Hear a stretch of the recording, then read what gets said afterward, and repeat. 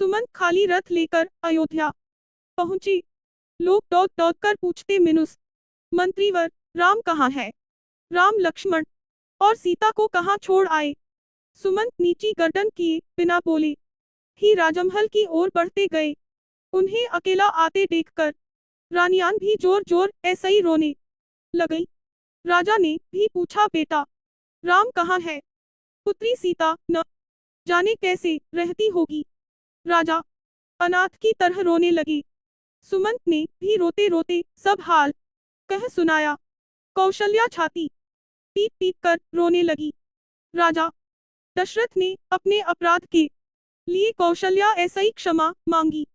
राम को अयोध्या ऐसे ही गए 6 दिन हो गए था। तब ऐसे ही राजा दशरथ भी यूं ही पड़े था। आधी रात होने को आई, तब उनका श्रवण कुमार के पिता द्वारा दिए गए शाप की याद आई। उन्होंने कौशल्या ऐसे ही कहा, मिनुस एक बात मैंने तुमको अब तक नहीं बताई, आज बताता हूँ। हमारे तुम्हारे विवाह के पहले की घटना है। एक बार वर्षा ऋतु में सरयू नदी के किनारे मैं शिकार खेलने गया। उन दिनों शब्दभेदी बाण चलाने का मुझे बड़ा शौक था। अंधेरा हो चला था। एकाएक नदी में ऐसे ही हाथी के पानी पीने की सी आवाज आई। उसी को लक्ष्य करके मैं बाण चला दिया। तभी मनुष्य के तड़पने की आवाज आई।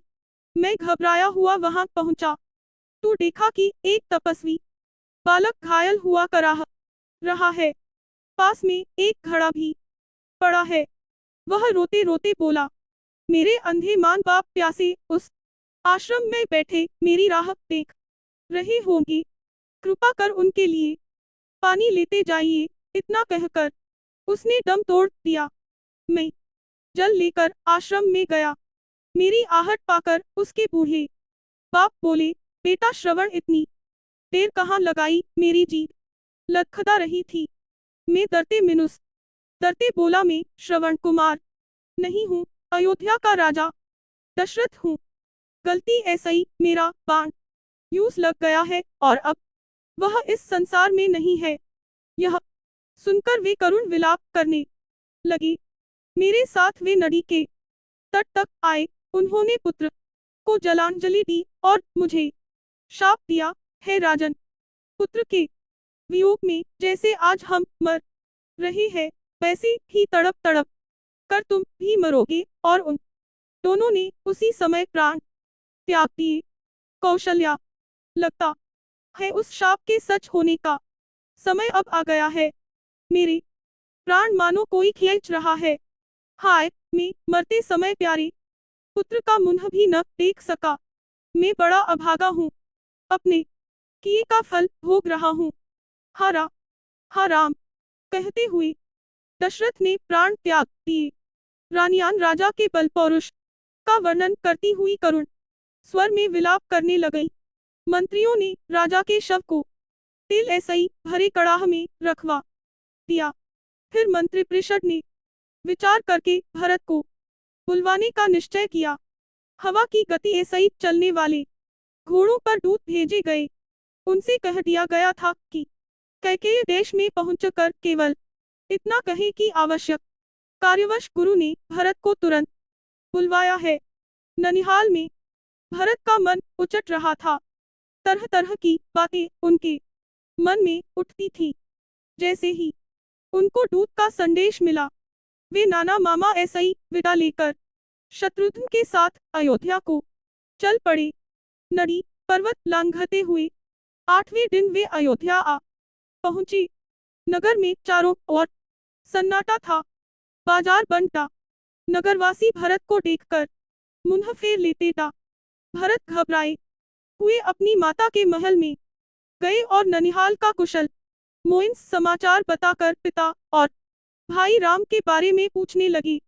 कैकेयी ने हंसकर कहा, मिनुस, तुम्हारे पिता तू स्वर्ग चले गए, भी इस पृथ्वी का सुख भोग चुके था। उनके बारे में चिंता न करो। भरत फूट फूट कर रोने लगी। फिर उन्होंने पूछा, भाई राम कहाँ है? कैकेयी ने हंस हंस कर अपने वरदान तथा राम लक्ष्मण और सीता के वन जाने की सारी बातें कह सुनाई। वह बोली, बेटा भरत, मैंने तुम्हारे लिए ही सब कुछ किया है। अब चिंता छोड़कर अयोध्या की राज्य मिनुस लक्ष्मी का भोग करो। भरत को माता पर बड़ा रोष आया। वे बोले, पापिनी, तूने यह क्या किया? इक्ष्वाकु वंश की तूने नाक काट दी। ऐसा ही करना था तू मुझे जन्मते ही क्यों न मार डाला। इस बीच राज्य के मंत्री भी वहां आ गए था। उनके सामने भी उन्होंने कैकेयी को बहुत भला बुरा कहा। वे बोले, मंत्रियों, आप भी सुन लें, मेरी मां ने जो कुछ किया है उसमें मेरा कोई हाथ नहीं। मैं शपथ पूर्वक कहता हूँ। यह कहकर भरत तुरंत ही माता कौशल्या के पास चल दिए और उनसे लिपटकर बच्चे की तरह बिलखकर रोने लगे।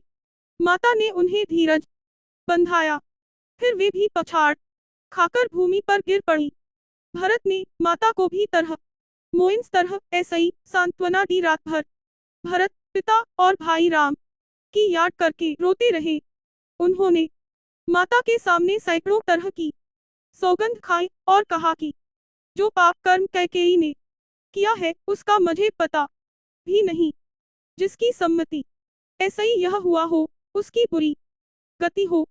सवेरा होने पर राजा दशरथ का चंदन की चिता पर दाह संस्कार किया गया। भरत ने सब अंतिम संस्कार गुरु के बताए अनुसार विधिवत किया। अगले दिन मंत्रियों और नगरवासियों को बुलाकर भरत ने कहा, अयोध्या का राज्य सबसे बड़े भाई राम का है।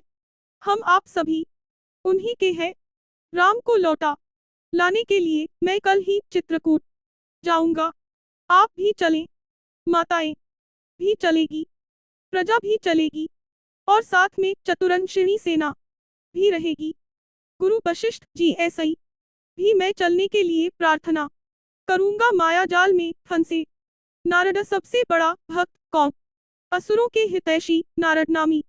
ऐसे ही नाम बड़ा नारद की कामदेव पर विजयीश्वर पर विश्वास। अग्नेश चतुर्थी की कहानी हाथी भगवान अग्नेश जी के टूटे दांत की कहानी। गणेश और सवारी मूषक की कहानी। शनि देव की कथा। भगवान श्री कृष्ण और रुक्मिणी की भक्ति।